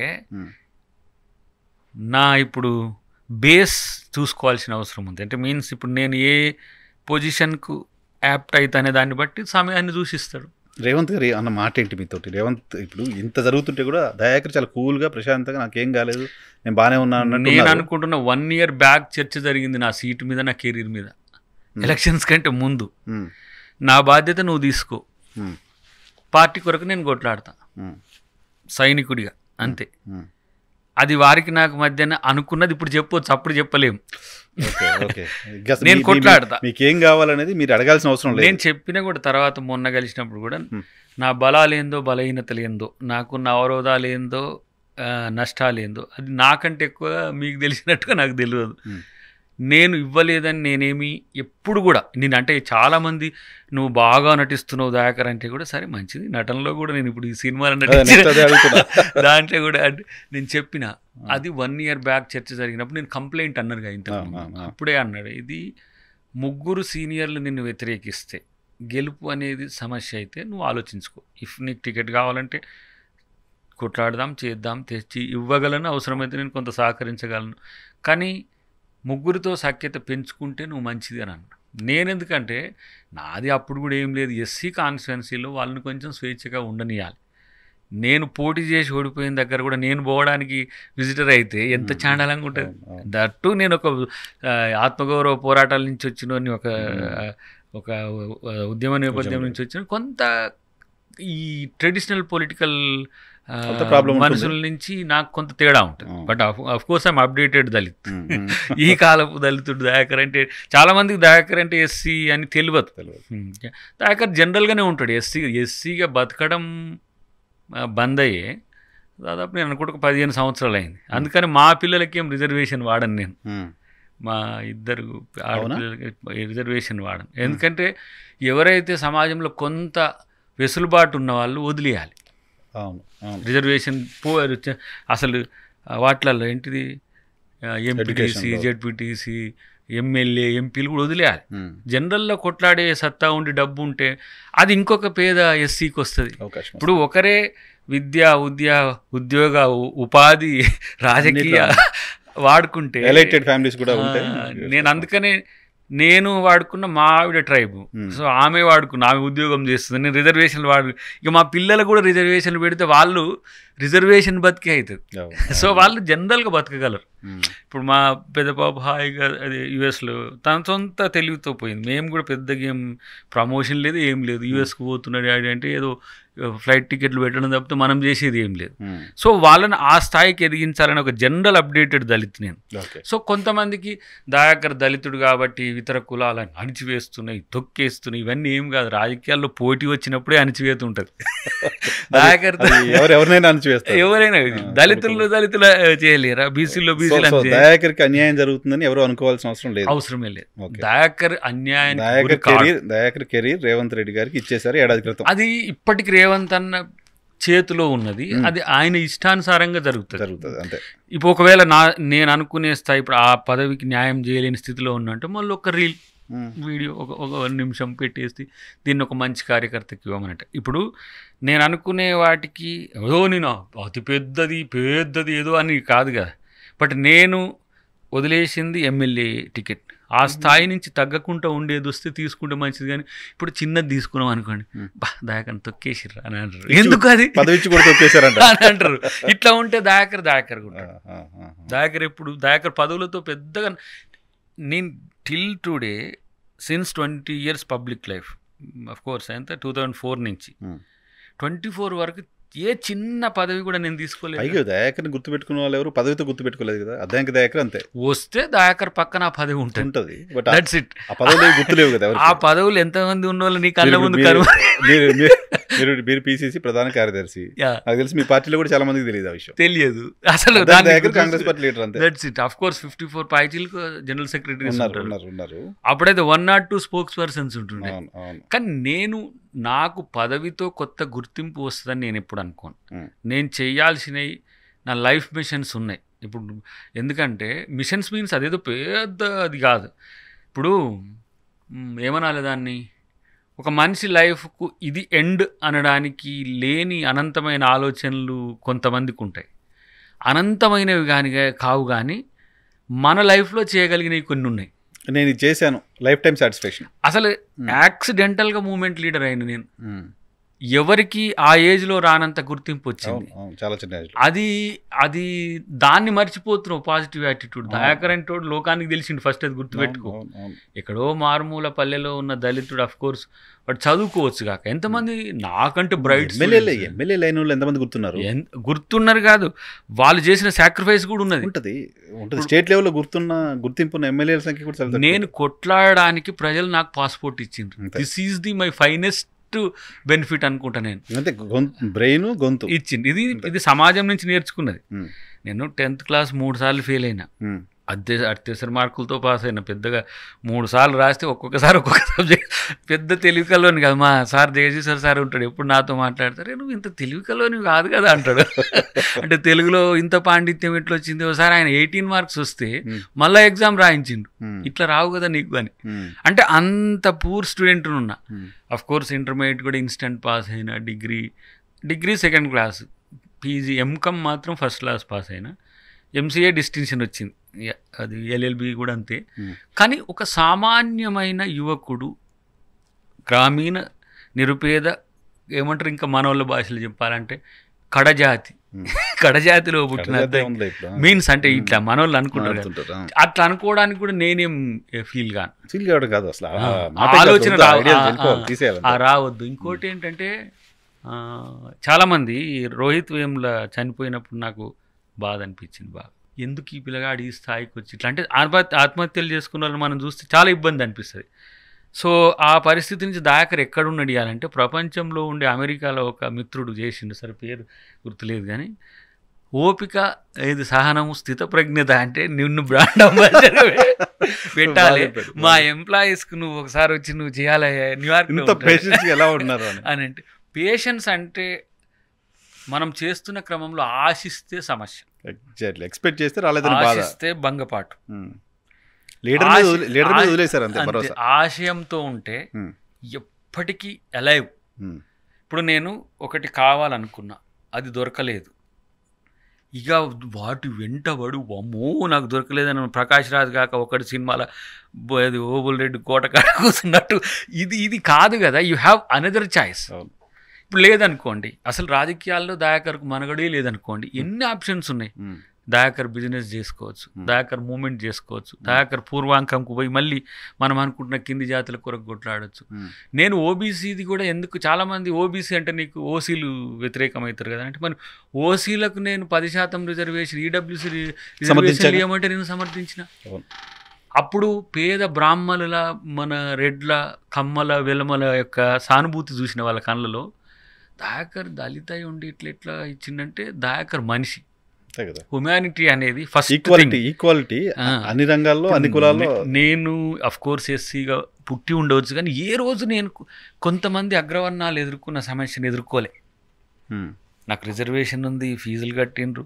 చాలామంది మిత్రులు అది సంపాదించుకోవడానికి కాలేజ్ 9 to 4 ఉంటే మళ్ళీ 5 to 9, 5 to 10 వరకు ట్యూషన్లు చెప్పుకోను, ఇంకో ఇతరాత్ర కొంతమంది ఆటోలతో చూసిన నేను. నా పీజీ, ఎంకామ్, ఎంసీఏ, ఎల్ఎల్బి ఈ టైంలో మొత్తం కూడా కొంచెం హైదరాబాద్ బేస్డ్గా ఉండేది కాబట్టి వాళ్ళని చూసిన. నాకేమో స్కాలర్షిప్ వచ్చేది, తర్వాత ఏమైనా మిగిలితే ప్రిన్సిపల్ గారు పిలిచి మీకు ఇంకో 2000 మిగిలినాయి సార్ అంటుండే. అంటే ఇది నాకు వచ్చింది. ఆ బాధలు ఎదుర్కోలే, కానీ వాళ్ళని చూసిన. వాళ్ళు పడే ఇబ్బందులు కొంతమంది, అంటే వాళ్ళు చెప్పకూడదు కానీ కొంతమంది చాలా పెయిన్ఫుల్గా చదివి వాళ్ళ తల్లిదండ్రుల కష్టం లేకుండా చేయాలని ఇప్పుడు అమెరికాలో ఉన్నారు, వివిధ దేశాల్లో ఉన్నారు. అది ఈడబ్ల్యూఎస్ రిజర్వేషన్లు నేను సమర్థించడానికి ప్రధానమైన కారణం అది. పేరుకు కులం గొప్పది కావచ్చు కాక, కానీ ధనమే కదా అన్నిటికీ. ధనము ఇప్పుడు ఎంతమంది బ్రాహ్మలు సమస్యల్లో ఉన్నారు, సంభావనలకు లేకపోతే ఇతరాత్ర నేను చూస్తున్నా కదా. మిగతా వాళ్ళు కూడా సరే, నేను చాలామంది అనుకుంటారు ఏంటంటే దయాకర్ చాలా పూర్గా ఉంటాడు, చాలా పేదవాడు, పైసలు లేకపోవడం వల్ల ఇట్లా అయిందని అంటాడు. నేను ఎప్పుడు సంపాదించాలనుకోలే. ఎందుకంటే నేను పుట్టినప్పుడు ఒక 26 acres ఉన్నాయి. నేను పుట్టడంతోనే నా ఖాతాలో 25-26 acres. మా తాత, మా మమ్మీ డాడీ ఇప్పుడు నెమ్మికల్ అంటే మా అమ్మ వాళ్ళ ఊరు, ఆడనే పుట్టిన. మా డాడీ కూడా ఆడనే ఉంటుండే. ఇక్కడ మన సూర్యాపేట, ఇప్పుడు సూర్యాపేట తుంగతుర్తి వాస్తవంగా డీలిమిటేషన్లో ఇటు వచ్చింది. డాడీ వాళ్ళదేమో పాత వాళ్ళ తాత ముత్తాతలంతా కొమ్మాలని అరవపల్లి పుట్టినప్పుడే. నేను ఎప్పుడు పూర్గా ఎప్పుడు ఏం లేను. నాకు చిన్నప్పటి నుంచి మా ఇంట్లోకి అందరు వచ్చి విత్తనాలు డబ్బులు తీసుకుపోవడం చూసి నేను ఎప్పుడు పేదగా ఎప్పుడు ఫీల్, కానీ పేదగా ఉండాలని కోరికుండేది. మీన్స్ పేదగా ఉండాలంటే ఏదో నటించాలని కాదు, సిన్సియర్గా ఉండాలని. తర్వాత ఈయన మా డాడీ అంతా కమ్యూనిస్ట్ భావజాలం మీద ఒకటి, వాళ్ళని చూసిన బిఎన్ రెడ్డిని మళ్ళీ స్వరాజ్యం చూసిన వాళ్ళు సహజంగా ఉంటారు. మా ఇంటికి వచ్చి మామిడికాయ పచ్చడితో కూడా తిని అబ్బా ఇంత మంచిగా ఉంది జానం అని చెప్పిపోయేంత అంతటి ఏమంటారు డెమోక్రటిక్ వాల్యూస్ ఉన్నవాళ్ళు. కాబట్టి ఆ పెరుగుదలలోనే కొంత ఉంది. తర్వాత పేదగా ఉండాలని లేదు, కానీ నేనే దాన్ని చేయాలి. ఇప్పుడు 25 acres చేయాలంటే ఓటు చేయాలి. దాకర్ ఏమైండు, వాడు ఎకడమిక్ కెరీర్ ఎంచుకున్నాడు. మా తాత చేసి ఎన్ని రోజులు చేసిండు. మా డాడీ రాజకీయం కొంత, వ్యవసాయం కొంత. అది కాస్త 25 మనోడు సక్సెస్ఫుల్గా 15 చేయగలిగాడు. జనం కొరకు భూములు అమ్ముకునేది విచిత్రమైన పరిస్థితి అనేది. అసలు విచిత్రం ఏంటంటే ఆయన వ్యవసాయం చేయాలి, చేయడు. ఈ సమయాన్ని పార్టీ కొరకో ప్రజల కొరకు వెచ్చించేటోడు ఆ చిన్న గ్రామంలోనైనా. సో ఆ డిఎన్ఏ మనకు డిఫెక్ట్ ఉంది కదా, సేమ్ అది క్యారీ ఫార్వర్డ్. అయితే అట్లా నేను పెద్దగా బాధపడకపోవడానికి ఒకటేమో రేవంత్ రెడ్డి గారు మేము 1 సంవత్సరం క్రితం దీని మీద ప్రయత్నం చెయ్యి, రాకపోతే మంచి ఎన్ని ఉన్నాయి అవకాశాలు అని చెప్పి అప్పుడు కూడా ఇప్పుడు అన్నట్టే అన్నాడు. మనం మీడియా అడ్రస్ చేసి వారు సహజంగా చెప్తాడు అది, ఎందుకంటే దేర్ ఈజ్ ఏ డిస్కషన్. తర్వాత కూడా అంబేద్కర్ జయంతి రోజు మేము పోయేటప్పుడు ఇక చాలామంది కొంత ఇబ్బంది పెడతారు, ఏంది పదవి రాలేదు నీకు ఒక్కనికే రాలేదంటారు, కానీ ఏం ఫీల్ కాకు. బట్ చట్టసభల్లో నీ గొంతు వినాల్సిన అవసరం ఉంది, ఎందుకంటే కొంచెం చదువుకున్న యువకులు ఉంటే మంచిగా ఉంటుంది. దట్ నీ వాయిస్ తెలంగాణలో వెళ్ళినాను కాబట్టి నేను ఇదే చెప్పిన, ఎప్పుడు ఇస్తావు ఎట్లాంటిది ఇస్తావు అని కూడా నేను అడగను మిమ్మల్ని. మీరు ఎప్పుడైనా ఇవ్వండి, ఏదైనా చేయండి. ఇప్పుడు ఆయన ఎందుకు కూల్గా ఉంటాడు, దాకరి వాదా ఇచ్చిండు కాబట్టి ఉంటాడు కూల్గా ఉంటాడు. ప్లస్ ఆయనకు టెన్షన్ లేదు, మీకు టెన్షన్ లేదు. చాలామంది నీకు నువ్వే నష్టం చేసుకుంటున్నావు అని అంటారు. నేనేమంటున్నా అంటే త్యాగం విలువ ఎంత గొప్పగా ఉంటుందో ఈ 6 నెలల్లో నన్ను చూస్తే చాలామందికి తెలిసి రావాలి. మనోళ్ళు ఆంధ్రప్రదేశ్ నుంచి కూడా చాలామంది మిత్రులు చేసిండు. ముఖ్యంగా మనోడు శ్రీధర్ రెడ్డి ఉన్నాడు, చూసినావా? అసలు అన్న నేను ఇట్లాంటి రాజకీయ నాయకులను చూడలేదని ఫోన్ చేసి, మరి చాలామంది ఉన్నారు అఫ్ కోర్స్ మండలిలో కొంతమంది ముఖ్య నాయకులు ఇక్కడ అక్కడ.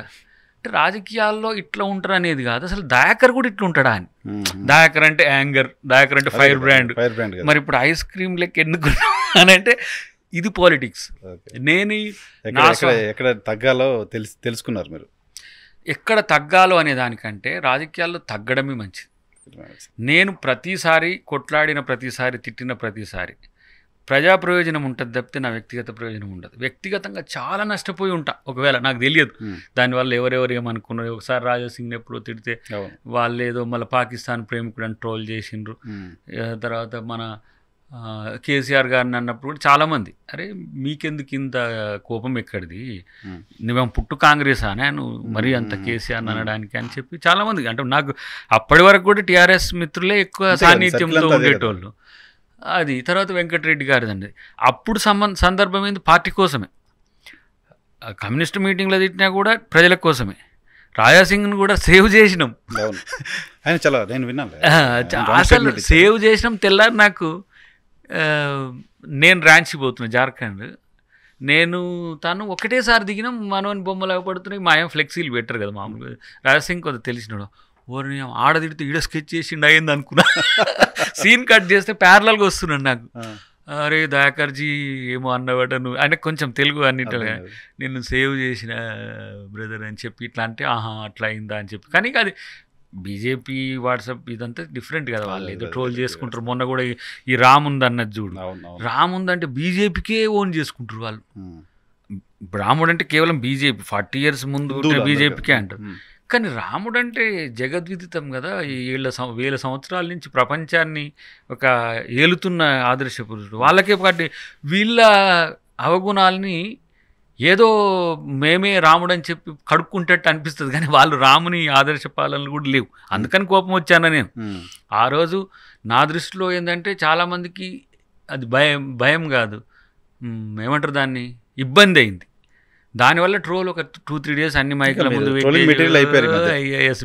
అసలు దయాకర్ ఇట్లా అంటాడా ఇట్లా అంటాడా అంటే మరి మా అయ్యనే రామలక్ష్మయ్య, మరి నన్ను అన్నోడే రామలక్ష్మయ్య అని చెప్తే కూడా అప్పుడు నువ్వు విందువా.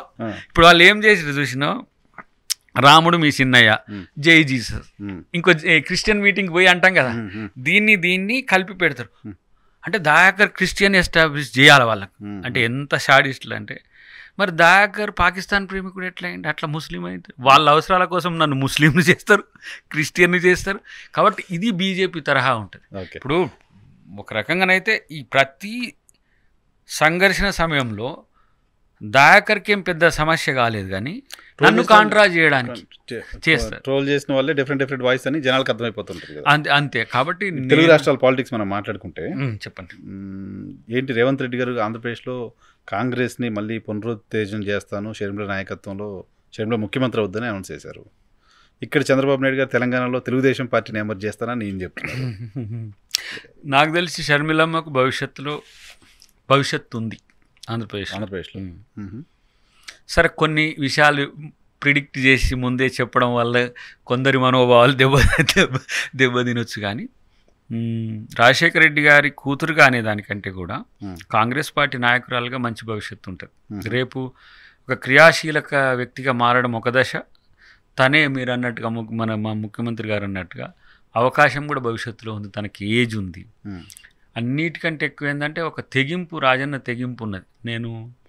తను వైఎస్ఆర్ టీపీ పెట్టినప్పుడు కూడా ఒక సందర్భంలో పోయిన వాళ్ళ మీటింగ్కి, ఎందుకంటే ఆల్ పార్టీ డెలిగేషన్ అన్నప్పుడు సరే అప్పుడు కొంత పార్టీ శ్రేణులు పోవద్దని చెప్పినా కూడా వ్యక్తిగతంగా నాకు రాజశేఖర రెడ్డి గారు అంటే కొంత అభిమానం.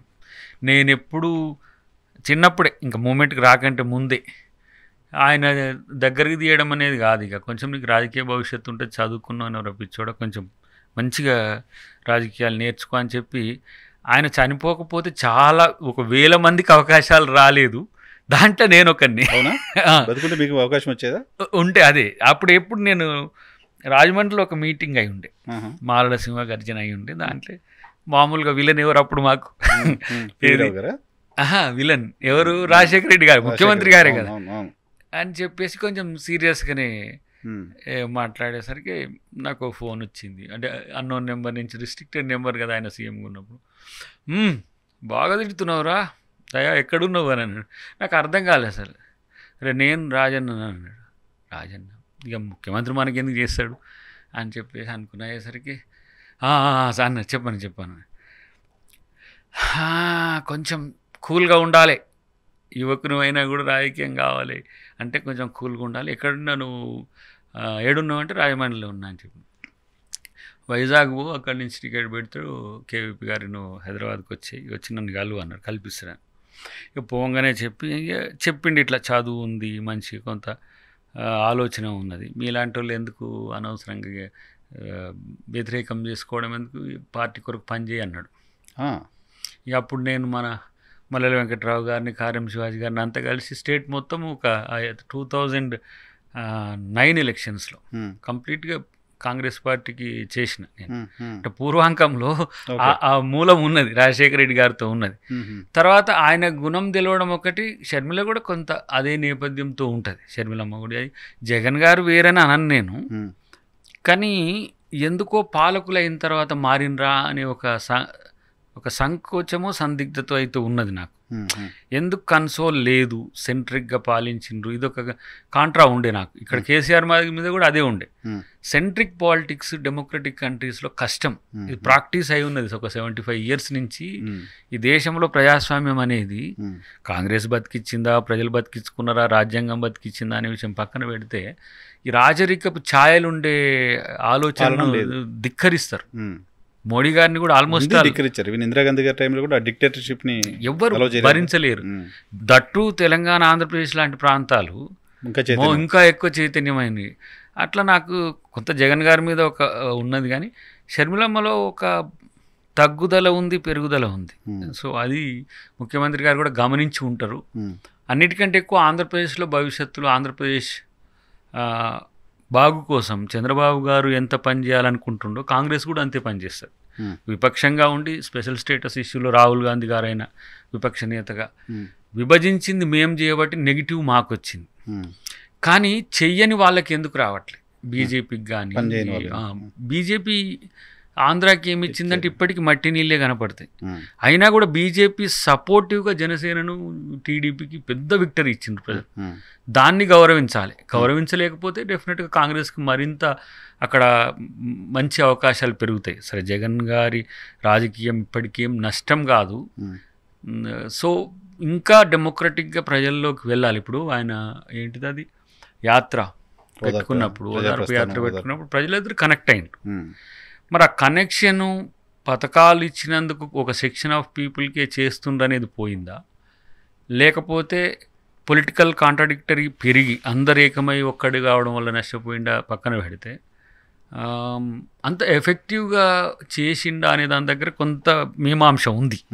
సో అది కాంగ్రెస్ కలిసి వస్తుంది అన్నాను. షర్మిలమ్మ యొక్క పాజిటివ్ యాటిట్యూడ్ అక్కడ మాకు కలిసి, నేను కడప కూడా పోవాల్సి ఉండే యాక్చువల్గా. ఆ రోజు రాహుల్ గాంధీ గారు వచ్చిన రోజు నేను నెల్లూరులో ఉన్నా. ఆ రోజు చాలామంది గెలుస్తారనే ఆలోచనతో ఉండే. నేను వయా తిరుపతి కదా మేము వచ్చేది, నెల్లూరు నుంచి తిరుపతి ఎయిర్పోర్ట్లో ఉన్నప్పుడు కొంతమందిని అడిగిన నేను, కడప పాజిటివ్ ఉంటుంది, కోర్స్ అవినాష్ రెడ్డి అక్కడ జరిగిన పెద్ద ఆయన హత్యన ఇట్లన్నీ ఏదో పెడితే తనకు కొంత పాజిటివ్గా ఉండే. సో ఈ పాజిటివిటీని తర్వాత రాజశేఖర రెడ్డి గారి గుణాలని ముందు తీసుకొని పోతే మంచి నాయకురాలుగా ఉండే అవకాశం అయితే ఉంటుంది. తెలంగాణలో టీడీపీ రావడం వెనక బీజేపీ ఉంది, జనసేన టీడీపీని పెట్టుకుని బీజేపీ ఇక్కడ ఎమర్జ్ అయ్యే ప్రయత్నం చేస్తున్నారు. మీ పార్టీకి సంబంధించిన న్యాచురల్ అది. ఎందుకంటే బీజేపీ ఎప్పుడు కూడా ఒక బలమైన శక్తిని కౌగిలించుకుంటుంది, ఆ బలాన్నంతా పీల్ చేస్తుంది, తర్వాత వాళ్ళని పిడిచిన ఉంటుంది కదా దాన్ని నెట్టి పడేస్తుంది. అంటే చరిత్రలో మీరు బీజేపీ రాజకీయ అస్తిత్వాలు ఆయా రాష్ట్రాల్లో మీరు చూస్తే మీకు ఈజీగా కనపడుతుంది. ప్రత్యక్ష ఉదాహరణ శివసేన. అసలు అకాలీ లేరి, అకాలీదళ్ అనేది ఒక పెద్ద రాజకీయ ఫార్మర్ బేస్డ్ పొలిటికల్ పార్టీ. అసలు దాన్నే మటుమాయం చేసిండ్రు, వీళ్ళు వచ్చేసిండ్రు.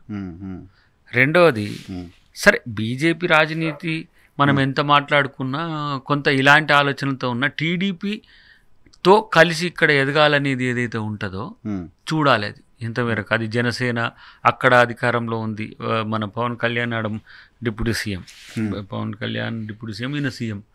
ఒక ప్రాంతంలో పరిపాలనలో ఉన్న పార్టీలు ఇంకో ప్రాంతంలో రాజకీయ అస్తిత్వం కొరకు పోరాడినాయి. అది లల్లుతో సహా, లేదంటే ములాయం సింగ్తో సహా. జార్ఖండ్లో అది జరిగింది, మనకు ఉత్తరాంచల్, తర్వాత ఇటు రాజస్థాన్ కూడా ఎక్స్టెండ్ అయ్యిండ్రు వాళ్ళు, బీఎస్పీ కూడా ఎక్స్టెండ్ అయ్యింది. సో చూడాలి. నేను అంతైతే అనుకోను. కాకపోతే హైదరాబాద్లో న్యాచురల్ వాళ్ళకు ఏంది, న్యాచురల్ అనే దానికంటే కూడా ఆర్టిఫిషియల్ వ్యతిరేకత బీజేపీకి ఎంఐఎంతో ఉంటుంది. ఆ క్రమంలో హైదరాబాద్లో బయటపడటానికి టీడీపీ ఉపయోగపడుతుంది అనుకుంటవచ్చు. బీఆర్ఎస్ నేనేమంటున్నా, అసలు హైదరాబాద్లో వాళ్ళ బలము, బీఆర్ఎస్ బలము బీజేపీకి కన్వర్ట్ అయితే నష్టపోబోతున్నది బీఆర్ఎస్ అవుతుంది ఫస్ట్, కాంగ్రెస్ కాదా? కాంగ్రెస్కి ఇంకా బలం పెరుగుతుంది వచ్చే వాళ్ళతో సహా. సో టీడీపీ ఇక్కడ ఎమర్జ్ అవుతే కాంగ్రెస్కి బలం, బీఆర్ఎస్ డిస్ట్రాక్ట్ అవుతుంది నా అంచనా. బీఆర్ఎస్ తనకున్న బలాన్ని కోల్పోవాల్సి వస్తుంది ఆ క్రమంలో రీప్లేస్మెంట్. సో అప్పుడు చంద్రబాబు వస్తున్నాడు అంటే తెలంగాణ వాదులంతా యూనైట్ అవ్వడం, మళ్ళీ సెంటిమెంట్ రావడం, అది బీఆర్ఎస్కి అడ్వాంటేజ్ అవ్వదు. అసలు బీఆర్ఎస్ను బతకమను, కనీసం బతికే ప్రయత్నాలు చేయమను నేను. ఎందుకంటే ఏదో సినిమాలు అత్తారింటికి దారేది, నేను వచ్చేంతవరకు ఆయన బతకమన్నట్టు. మేము కూడా రాజకీయ ప్రత్యర్థి అయినా తెలంగాణ తేవడంలో కేసీఆర్ పాత్రను ఎవరు కాదనలేరు. తనంతా తానే అని తను అనుకుంటాడు, ఆయన కొంతే అని మేము అంటాం. అంటే ఉద్యమకారులుగా ఉన్నది కదా, లేదని నువ్వంటే చరిత్రహీనుడైతావు కాదు కదా. ఎందుకు చేసిండు తను, ఆ కంపల్షన్ క్రియేట్ చేసిండు, అది కాదనలేని సత్యం. నేను కాంగ్రెస్లో ఉన్నా కాబట్టి ఆయన మీద ఏదో బట్టగా రేవంత్ రెడ్డి గారు కూడా చాలా సందర్భాల్లో చెప్పారు ఆ విషయాన్ని. వాస్తవాన్ని దానికి సమస్య ఏంటి? అభిప్రాయ భేదాలు ఉండొచ్చు, మిలియన్ మార్చి వద్దన్నందుకు మాకు కోపం ఉండొచ్చు, సాగరహారం వద్దని, కానీ ఉన్నాడు కదా మళ్ళీ తను ఈటెల రాజేందర్ని మళ్ళా అన్నాను, ఈటెల రాజేందర్ హరీష్ను హరీష్ పంపించింది, కేటీఆర్ కూడా వచ్చింది, కరెక్ట్. దీంట్లో కూడా ఆయన కూడా పాల్గొన్నాడు మిలియన్ మార్చ్లో. అవి భేదాభిప్రాయాలు కాదు, అభిప్రాయాల్లో భేదాలు ఉన్నాయి. సరే, అలాంటప్పుడు ఆయనను బతకమని ఎందుకు అంటున్నా అంటే, సో నా పాయింట్ ఏంటంటే టీడీపీ ఇక్కడ ఎమర్జ్ అవ్వడం అనేది తెలంగాణలో ఎవరికి ఎక్కువ నష్టం? నేను అంటున్నది బీఆర్ఎస్ నమ్మకంతో భరోసాతో పార్టీ బతుకుద్దని కనుక ఆలోచనను బతికిస్తే, బీఆర్ఎస్ బతికితే బీజేపీకో టీడీపీకో జనసేనకో ఉండదు అంటున్నా. దాంట్లో నా రాజకీయ స్వార్థం కూడా ఉంది, కనీసం బతకమానని ఎందుకు అంటున్నా. నువ్వు చస్తీవి, బీజేపీకి 8 సీట్లు వచ్చాయి, మీకు 0 ఆయే. మొన్న 39 సీట్లు వచ్చాయి. ఎక్కడ లోపం ఉంది? రివ్యూ ఉందా వాళ్ళకి? ఇంకా కాంగ్రెస్ మీద పడి ఏడుస్తూ ఉంటారు. నాయి 3 నుంచి 8 అయినాయి, కానీ నా ఎక్స్పెక్టేషన్ 14 వరకు ఉండే. నాకు 14 రాకుండా బీజేపీకి 8 రావడానికి ఎందుకు సహకరించినావు నువ్వు? బీఆర్ఎస్ సహకరించింది డెఫినెట్లీ. అది ఇంకా మీరు ఇంకేదో దాన్ని ఇంకా మనం మసిబూసి మారేడుకాయలని ఊరు చెప్తుంది కదా, ఊరైతే చెప్తుంది కదా, ఓటేసిన ఊరు చెప్తుంది కదా. ఎందుకు ఒక్క సీటు రాలేదని అంటే చెప్పండి, కారణం చెప్పమనండి. కాబట్టి దీంట్లో నేను బీజేపీని బీఆర్ఎస్ని వేరు, అవేదో భవిష్యత్తులో వ్యతిరేకమై కొట్లాడితే అనడానికి నేను నమ్మ. ఎందుకంటే దే ఆర్ వన్. ఓకే, పార్టీలుగా వేరు కావచ్చు, అది కాషాయం కావచ్చు, ఇది గులాబీ కావచ్చు, కానీ 2 పువ్వులే. ఆ పువ్వులు ఎప్పుడు కూడా ప్రమాదంగా ఉంటాయి. ఒకరు బలపడడానికి మరొకరు సహకరించుకుంటారు. దాంట్లో రేపు నువ్వు అన్న దాంట్లో బీఆర్ఎస్ కూడా ఉండొచ్చు, బీజేపీ బీఆర్ఎస్ టీడీపీ జనసేన కలిసి ఉండొచ్చు. అవకాశాలు నలుగురు కలిస్తే అప్పుడు మీకు ప్రమాదమే కదా. నేనేమంటే పరిపాలనలో నేను కేసీఆర్ని అయితే, పరిపాలనలో నేను జగన్ అయితే కదా. కానీ రేపు మేము చేయబోయే, నేను అనుకుంటున్న తెలంగాణలో ఒక కొత్త, ఇప్పుడు నిన్ననే రాజశేఖర రెడ్డి గారి బర్త్డే కదా, ఒక కొత్త రాజశేఖర రెడ్డి లాంటి పాలన రేవంత్ రెడ్డి గారు ఇవ్వగలడు. అంత ప్లాన్ ఆఫ్ యాక్షన్ తన దగ్గర ఉంది. ఎవ్వరికి రివీల్ చేయడు, చెప్పడు. తన క్యాబినెట్ ఒప్పించడంలో కూడా నేర్పరి ఎట్లా చేయాలి. ఇప్పుడు ఎవరు రైతు రుణమాఫీ చేస్తారు, ఎట్లా చేస్తారు అని అందరు సందేహంతో ఉన్నారు కదా. వస్తుంది కదా August 15th. Senior politicians KCR Chandrababu లాంటి వాళ్ళు కూడా 17,000 18,000 రుణమాఫీ చేయడానికి చాలా కష్టం. 4 times తీసుకున్నారు, చేయలేదు కదా పూర్తిగా. ఇప్పుడు అది ఎట్ ఏ టైం అవుతుంది ఒకటి. రెండవది, ఇప్పుడు క్లస్టర్ వైజ్ తెలంగాణను డిఫైన్ చేసుకుంటున్నారు, అర్బన్, సబర్బన్ అండ్ రూరల్. ఇవి తర్వాత నేను అనుకుంటున్నా ఇంకా మనం అవసరమైతే ఏజెన్సీ. మీకు ప్లాన్ ఉంది, 10 ఏళ్ల ప్లాన్ ఉంది డెఫినెట్గా. 10 ఏండ్లు కాదు, తెలంగాణను అసలు కాంగ్రెస్ మాత్రమే అభివృద్ధి చేయగలదని నిరంతరం అనుకునే విధంగా పరిపాలన ఉంటుంది నేను అనుకుంటున్నా. ఎవరికి ఇప్పుడు నేను ఏమంటున్నా అంటే, మన వాళ్ళు ఏమంటారు, కాంగ్రెస్లో గ్రూపులు ఉన్నాయి, కొట్లాడతారు, అటు వీళ్ళిటు. ఎవరు ముఖ్యమంత్రి కావాలని కోరుకున్నా వాళ్ళ వ్యక్తిగత అభిప్రాయం కావాలని కోరుకుంటారు ఎవరైనా. కాలేనప్పుడుగా సర్దుకొని పోవాల్సిందే కదా. అంతే కదా. సర్దుకునే పోవడంలో రేవంత్ రెడ్డి గారు ఫెయిల్ అవుతారని కొంతమంది అనుకుంటారు. రేవంత్ రెడ్డి గారు ఫెయిల్ అవ్వడానికి అవకాశం లేని స్థితిని ఆయన తెచ్చుకుంటున్నాడు. పిసిసి అధ్యక్షుడు అయినా రకరకాల హడిల్స్ మధ్యలోనే అయ్యారు, ముఖ్యమంత్రి అయినా రకరకాల హడిల్స్, కాంట్రాతోనే ఎక్స్పోజ్ అయితే కంటిన్యూ చేయాలన్నా హడిల్స్ ఉంటాయి, బట్ ఫేస్ చేసుకుంటూ పోగలిగే ఆ నైపుణ్యం అతను కొన్ని చెప్తున్న వాటిని చూసిన తర్వాత అవి వస్తే జనం వదలరు. ఒక ఆరోగ్యశ్రీ అనేది పెడితే అసలు ఆరోగ్యశ్రీ వాడుకోని వాళ్ళు కూడా రాజశేఖర రెడ్డి గారి మీద ఎంత ప్రేమ చూపించేది. పేదోళ్ళకి ఏదో ఇంత వస్తున్నాయంటే ఇప్పుడు అది 10 లక్షలకు పెంచి చేస్తున్నాం. కానీ అసలు రేవంత్ రెడ్డి గారి డ్రీమ్లో మేము పర్సనల్గా మాట్లాడుకున్నప్పుడు, ఆయన ముఖ్యమంత్రి గారు కానప్పుడు, ఉచిత వైద్యం ఉచిత విద్య ఈ రాష్ట్రమే మోడల్ కావాలనేది ఉన్నది ఆయనకు. మరి అలాంటప్పుడు కార్పొరేట్ ఎట్లయితుంది, వాటిని ఎట్లా అంటే అసలు ప్రభుత్వంలో ప్రైవేట్ కంటే నాణ్యమైన విద్యనో వైద్యమో దొరికితే ఆటోమేటిక్గా వచ్చేస్తారుగా. ఇంకోటి, వాళ్ళ ఆదాయాలు 30% మిగులుస్తాం మనం. ఒక విద్యార్థి చదువుతుండంటే మోర్ దెన్ 30 ఏదైనా వస్తే హెల్త్ రీజన్తో కుటుంబాలే అయిపోతున్నాయి. కాబట్టి తనకు ఆ మైండ్, దీనికి కులము లేదు అంటే, దీనికి ఎస్సీ లేదు, ఎస్టీ లేదు, ఇవి 2 చేస్తారు. ఎందుకంటే దాన్ని ఇప్పుడు ఇంటర్నేషనల్ స్కూల్స్ పర్ మండల్ ఒకటి ఎందుకు ఇప్పుడు నియోజకవర్గానికి అవుతున్నది, దాన్ని మండల్కి చేస్తారు. అట్లా ఎక్స్టెండ్ చేయడంతో పాటు క్వాలిటేటివ్ ఇంటర్నేషనల్ స్టాండర్డ్స్తో మన తెలంగాణ విద్యను ఎంపవర్ చేయడము. ఏదో ఇన్ఫ్రాస్ట్రక్చర్ డెవలప్మెంటు, డిజిటల్ క్లాసెస్ ఇది కాదు. ఫస్ట్ ఆలోచన శక్తి లేదు.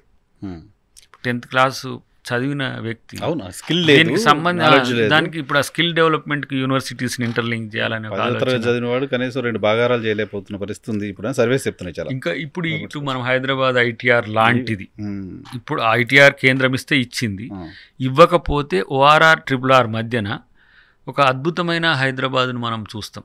దాంట్లో పేదలకు మేలు జరిగేది కూడా. హైదరాబాద్ లాంటి సిటీకి చాలా స్కిల్డ్ క్వాలిటీ స్టూడెంట్స్ అవసరం ఉంది చాలా. అసలు మీరు ఇక్కడికి రావడానికి ఎంతో మంది ఇష్టం ఉండి వచ్చి ఇప్పుడు ఏర్పడ్డ కంపెనీలలో చేస్తున్నారు. అదే మనం ఇస్తే ఇప్పుడు 80% మీరు స్థానికులకి అనేది పెడితే ఎలిజిబిలిటీ ఉంటే ఈజీగా తీసుకోవచ్చు. ఎలిజిబిలిటీ ఉంటే ఆటోమేటిక్గా దొరుకుతుంది కదా. సో మన వాళ్ళు ఎక్కడ ఉంటున్నారు అని చాలా మంది అంటారు. అంటే ఎక్కువ డ్రైవర్లుగా ఉంటున్నారు, ఆ టిఫిన్ సెంటర్లు, లేకపోతే అన్స్కిల్డ్ ఉన్నారు. నేనేమంటున్నా, చదువుకున్న తెలంగాణలో ఉండే చాలా మంది యువకులు అబ్రాడ్గా ఉన్నారు. అది దుబాయ్ కావచ్చు, అమెరికా కావచ్చు. లీడర్గా, యాక్టర్గా, ఉద్యమకారుడు, లీడరు, యాక్టరు. సో ఏదో పదవిలోకి ఎప్పుడు వెళ్తారో, చట్టసభలోకి ఎప్పుడు వెళ్తారో అనేది చాలా మంది ఎదురు చూస్తున్న అంశం. చూద్దాం. థ్యాంక్ యూ వెరీ మచ్ మాకు సమయం కేటాయించినందుకు. ఇది దయాకర్ గారితో స్పెషల్ పాడ్కాస్ట్. నెక్స్ట్ షోలో మళ్ళీ కలుద్దాం. చూస్తున్నాండి.